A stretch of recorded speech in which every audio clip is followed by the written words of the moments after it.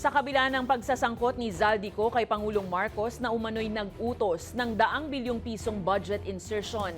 Ayon sa ilang House leaders, buo pa rin ang kanilang suporta sa presidente. Tinuligsa rin ng ilang kongresista ang dati nilang kasamahang Siko na anila ay siyang pinaka-guilty umano sa flood control corruption issue. Reaction, pero I think by and large, in fact, everybody is in support of President Marcos here.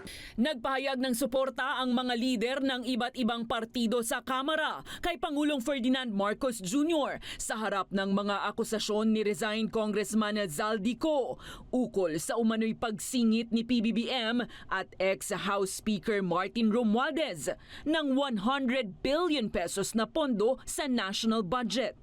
Sa part 2 ng video statement ni Ko na inilabas nitong weekend, hinamon niya si Ombudsman Boying Remulla at ang Senado na imbestigahan sina Marcos at Romualdez na umano'y kumita ng limpak-limpak mula sa budget insertion.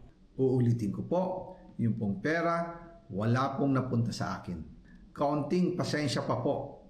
Sana po ay hindi nila ako mapatay bago ko mailabas ang lahat. Pero ayon sa House officials, imbento lang umano ni Ko ang mga alegasyon laban sa magpinsang Marcos at Romualdez.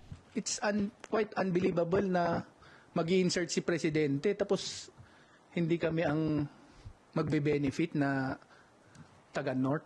Kasi taga-North naman talaga siya. Hindi rin sila naniniwala sa alegasyong pinagbantaan umano ni Romualdez ang buhay ni Ko.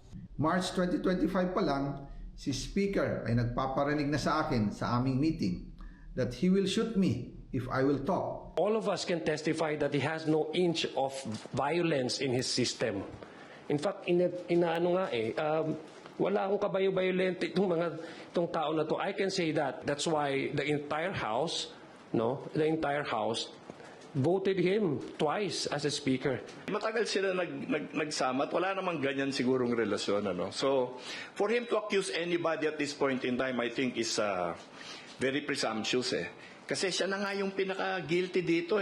Bagamat pasabog ang mga pahayag ni Ko laban sa presidente, ayon sa ombudsman at sa Integrated Bar of the Philippines, hindi ito magagamit sa legal na mga kaso dahil hindi ito sinumpaang salaysay. The essence why a person's statement is needed to be under oath kasi para din kung sakaling mang na nagsisinungaling siya, pwede siyang makasuhan ng perjury. Dagdag ng IBP, hindi rin basta-basta magagamit sa korte ang mga larawan ng mga maleta na umano'y ginamit sa pag-deliver ng pera na ibinahagi ni Ko online. Madali lang po mag-allege ng ebidensya . Yung pong pictures, kailangan i-authenticate yun . There must be someone who took the picture and who has personal knowledge kung ano yung laman ng mga maleta. Gayunpaman, sa tingin ng political analyst na si Ronald Llamas, may bigat pa rin ang mga pahayag ni Ko laban sa Marcos administration. Kailangan nila harapin to head-on.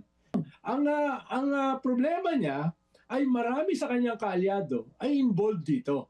Kaya dapat, anya, tuparin ni Marcos ang pangakong may mapapakulong na sangkot sa flood control scandal bago magpasko.